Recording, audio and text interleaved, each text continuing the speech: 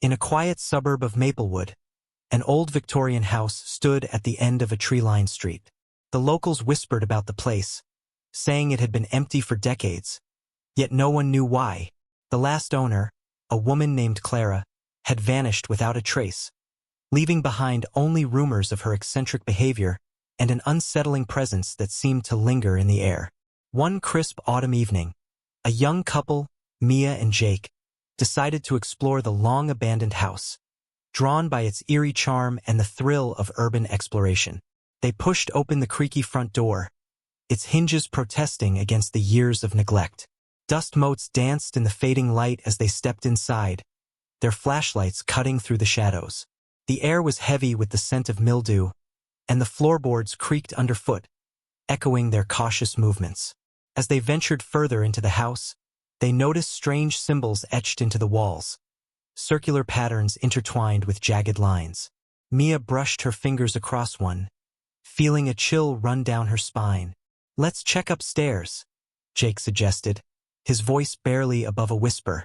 Reluctantly, they climbed the staircase, the steps groaning as if warning them to turn back. At the top, they found a long hallway lined with doors, each one slightly ajar, beckoning them to enter. They picked the first door on the left.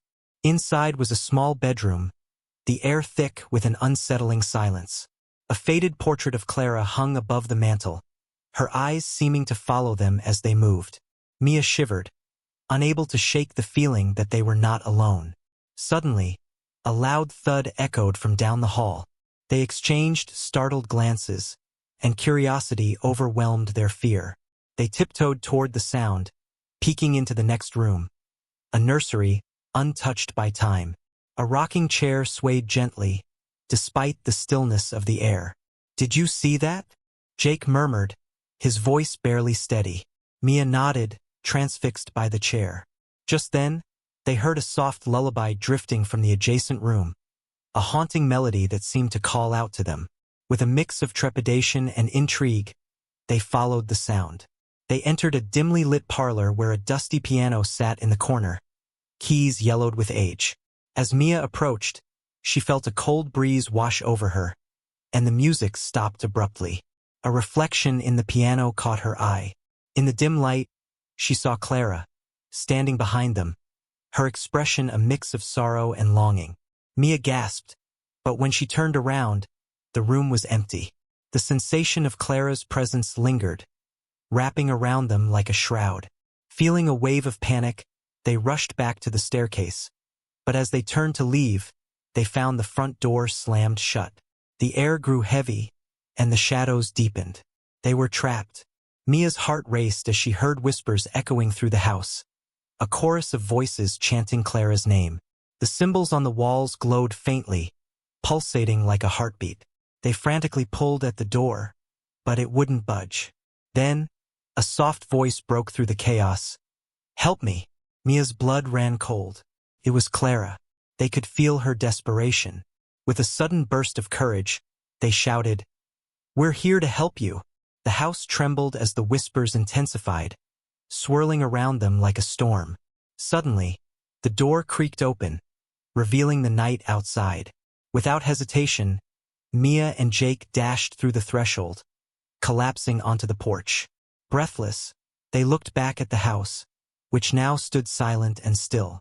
The whispers faded into the night, and for the first time in years, the oppressive atmosphere lifted.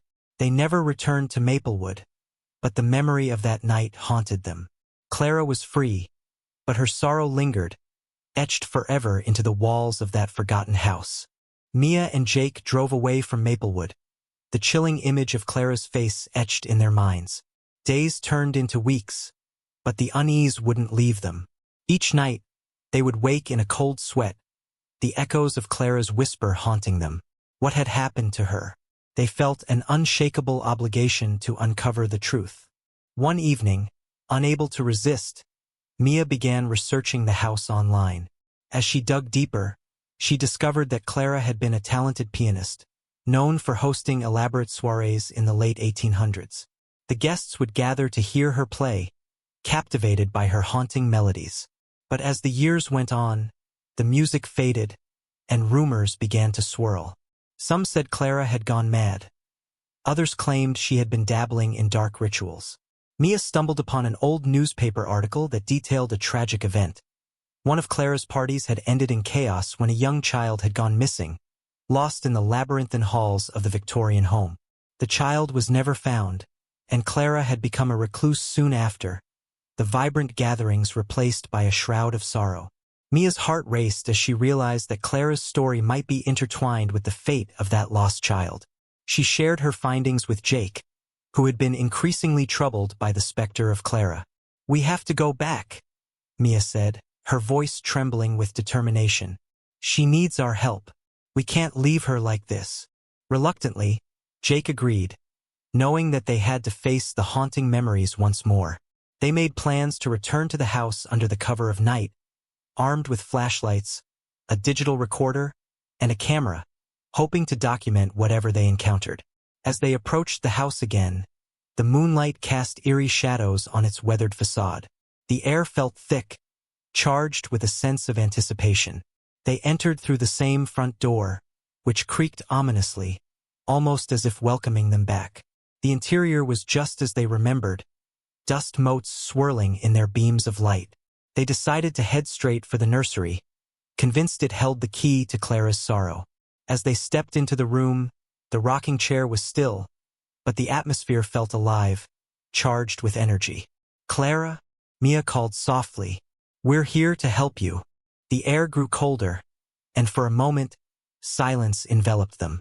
Then, the familiar lullaby echoed, but this time it was accompanied by a faint whisper, "Find me." Heart pounding, they moved deeper into the nursery, drawn by the sound. Mia spotted something shimmering on the floor beneath the rocking chair. A small, silver locket. She picked it up, dusting off the grime to reveal a delicate engraving of a woman and a child. "Look at this," she said, showing it to Jake. "It must be Clara and the child." Just then, the atmosphere shifted again, and the whispers grew louder, swirling around them like a tempest. Suddenly, a figure materialized in the corner of the room, translucent and flickering like a candle flame. It was the child. A little girl, her eyes wide with a mix of fear and hope. "Help me?" the child echoed, pointing toward the hallway. Mia and Jake exchanged terrified glances but felt an irresistible pull toward the apparition. "Okay," Mia whispered, clutching the locket tightly. "We'll help you." They followed the girl down the hallway, the whispers intensifying with each step. The doors creaked open, leading them to a series of rooms that had once been vibrant with life. Each one held remnants of Clara's past: torn curtains, cracked mirrors, and forgotten toys. The child led them to a small, locked door at the end of the hall. With a shaky hand, Jake pushed against the door, but it wouldn't budge. Panic set in as the whispers crescendoed, filling their ears with a cacophony of voices. Then Mia remembered the locket. She held it up, feeling its warmth pulse in her hand. "Clara," she called out, "we know you're here. Help us unlock this door." In that moment, the air shimmered, and Clara appeared before them, her expression filled with a mixture of anguish and relief. With a wave of her hand, the door creaked open, revealing a dark, narrow staircase leading down into the depths of the house. The child's ghostly figure beckoned them forward, her eyes filled with urgency. Mia and Jake exchanged a determined glance, knowing there was no turning back now. They descended into the darkness, the whispers surrounding them, a blend of fear and hope echoing in the shadows. Don't forget to subscribe and like if you liked this story. As they descended the narrow staircase, the air grew colder, and the musty scent of damp earth filled their lungs. The dim light from their flashlights flickered, casting long shadows on the stone walls. The child floated just ahead, her small form almost translucent, urging them onward. The staircase led to a small, dimly lit basement. Dust-covered furniture lay strewn about, and cobwebs hung like curtains in the corners. In the center of the room stood an old, ornate trunk, its surface covered in strange symbols similar to those etched on the walls above. "What is this?" Jake whispered, his voice trembling. "I don't know," Mia replied, stepping closer. The child pointed toward the trunk, her gaze filled with a desperate yearning. Mia knelt down, brushing away the cobwebs to reveal a rusty lock. "Do you think this is it?" Jake asked, peering over her shoulder. "Is this what Clara wanted us to find?" Mia nodded, her heart racing. "It must be important. Maybe it holds the answers we need." As she fumbled in her pocket for a tool, the air grew thick with an almost palpable energy. Clara's presence enveloped them, filling the room with a warmth that felt both comforting and foreboding. Just then, the whispers surged, rising in a chaotic symphony. "Open it, find her." They seemed to chant, and Mia felt a chill run down her spine. She took a deep breath and forced herself to focus. Using a screwdriver, she pried at the rusty lock, feeling it give way with a stubborn creak. The trunk lid slowly lifted, revealing its contents shrouded in shadows. Inside, Mia found a collection of faded letters, each tied together with a fragile ribbon. She carefully unwrapped them, revealing elegant handwriting that spoke of love, loss, and desperation. Clara's words spilled out onto the floor, revealing snippets of her life, her dreams, her fears, and the heart-wrenching loss of her child, who had gone missing during one of those fateful soirees. The final letter sent chills through Mia's bones. It detailed Clara's frantic search for her daughter, culminating in a desperate plea to the spirits of the house for help in finding her lost child. It was clear Clara had been attempting to bridge the gap between the living and the dead, seeking closure for both herself and the little girl. "We have to find her," Mia said, determination hardening her voice. "The child is still here, waiting for her mother." As she spoke, the air around them crackled with energy. The child floated closer, her eyes shimmering with tears. Clara's form materialized beside her, the sorrow etched in her expression deepening. Mia felt a surge of compassion. "Clara, we understand now. We can help you both." But just as she reached out toward them, the room trembled violently. The whispers crescendoed, morphing into a deafening roar that filled their ears. Shadows danced along the walls, swirling around them like a tempest. "Leave!" a voice boomed, deeper and more menacing than the others. "You do not belong here." Mia and Jake stumbled back, fear gripping them as the shadows coalesced into a dark figure that loomed in the corner of the basement. Its eyes glowed red, filled with malice. "Stay away from the child," it growled, advancing toward them, the air thick with dread. "Clara!" Jake shouted, his voice desperate. "We need you." With a flash of light, Clara stood protectively in front of the child, her ethereal form glowing brighter. "You will not take her," she cried, her voice echoing with a mix of strength and anguish. "I will protect her." The darkness hesitated, as if caught off guard by Clara's resolve. In that moment, Mia realized they had to strengthen Clara's connection to the child. She grabbed the locket and held it up high. "Clara, this belongs to you and your daughter. Remember your love for her." The locket began to glow, illuminating the basement with a warm light. The dark figure recoiled, its form flickering as the light pushed back against the shadows. "Together," Mia urged, looking at Jake and the child. "We can help them both." As Clara's light grew brighter, the child's small hand reached out, merging with Clara's spectral form. The basement pulsed with energy as the two entities connected, their love radiating outward, dispelling the darkness that had held them captive for so long. But the dark figure snarled, its eyes blazing with fury. "You cannot break the bond. She is mine." Mia felt the walls tremble, and for a moment, it seemed as though the very foundation of the house was shaking. "We have to do it now," she shouted, rallying Jake. With a surge of courage, they joined hands, forming a circle around Clara and the child. "Together!" they chanted, their voices intertwining with Clara's as they focused on the bond of love that transcended life and death. The darkness roared, thrashing violently as the light enveloped them all, the whispers reaching a fever pitch. Suddenly, a blinding flash of light erupted, and in that moment, everything seemed to freeze. Mia closed her eyes, feeling the warmth of love and loss surround her. When she opened them again, the shadows had retreated, and the air was still. The basement was silent, but Clara and the child were gone, leaving behind only the locket that lay gleaming on the floor, pulsing softly as if still connected to their spirits. Jake and Mia exchanged bewildered glances, their hearts racing. "Did we do it?"